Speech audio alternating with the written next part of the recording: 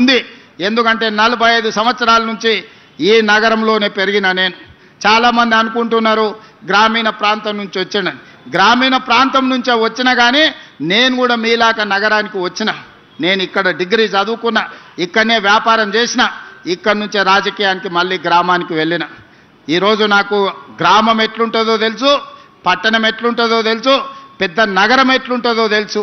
వీటన్నిటిని ప్రణాళికబద్ధంగా ప్రపంచంతో పోటీ పడే విధంగా మన రాష్ట్రాన్ని అభివృద్ధి చేయాలనుకుంటున్నాం.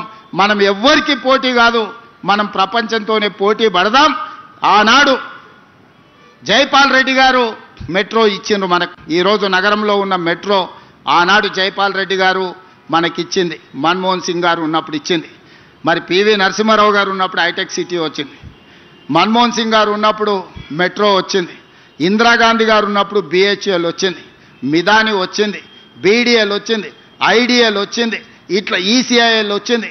ఇట్లా చెప్పుకుంటూ వెళ్తే ఇందిరాగాంధీ గారు ప్రధానమంత్రిగా ఉన్నప్పుడు మొత్తం మన తెలంగాణలో ఉన్న అంతర్జాతీయ స్థాయి పరిశ్రమలు, ఈరోజు డిఫెన్స్ ఇన్వెస్ట్మెంట్స్ వచ్చిన, ఫార్మా ఇన్వెస్ట్మెంట్స్ వచ్చిన, ఇండస్ట్రియల్ గ్రోత్ కారిడార్లు వచ్చిన, అది ఇందిరాగాంధీ గారు వల్ల వచ్చింది.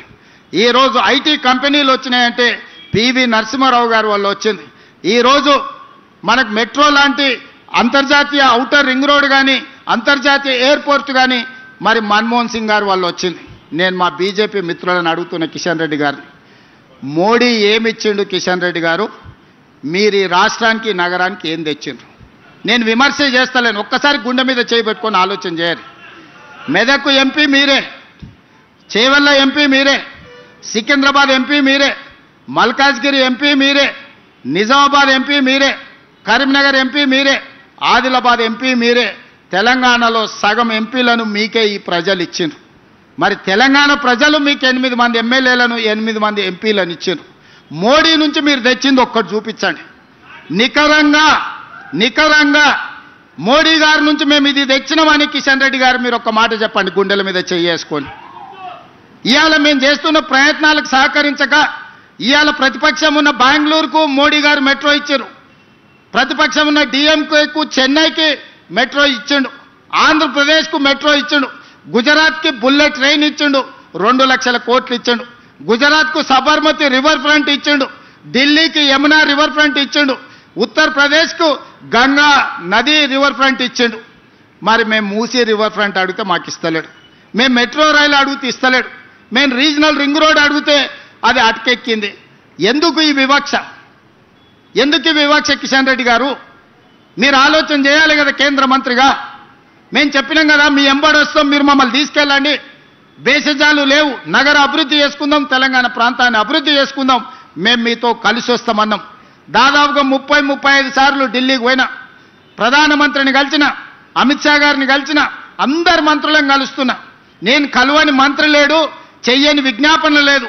రేపు కూడా అమిత్ షా గారు వస్తున్నారు. నేను మా మిత్రుడు పొన్నం ప్రభాకర్ గారు, మా శ్రీధర్ బాబు గారు రేపు ఎయిర్పోర్ట్కి వెళ్ళి అమిత్ షా గారిని మళ్ళీ అడుగుతాం, మా మెట్రో మాకు ఇవ్వండి, మా మూసీ మాకు ఇవ్వండి, మా రీజనల్ రింగ్ రోడ్ మాకు ఇవ్వండి.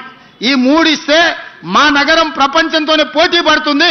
న్యూయార్క్లో ఉన్నవాడు కూడా ఇక్కడికి వచ్చి అరే హైదరాబాద్ నగరంలో నేను నివసిస్తా, ఫ్యూచర్ సిటీలో నేను వ్యాపారం చేసుకుంటా, హాలీవుడ్ అమెరికాలో కాదు, హాలీవుడ్ను బాలీవుడ్ను ఈరోజు హైదరాబాద్ నగరానికి తేవడానికి మేము ప్రయత్నం చేస్తున్నాం.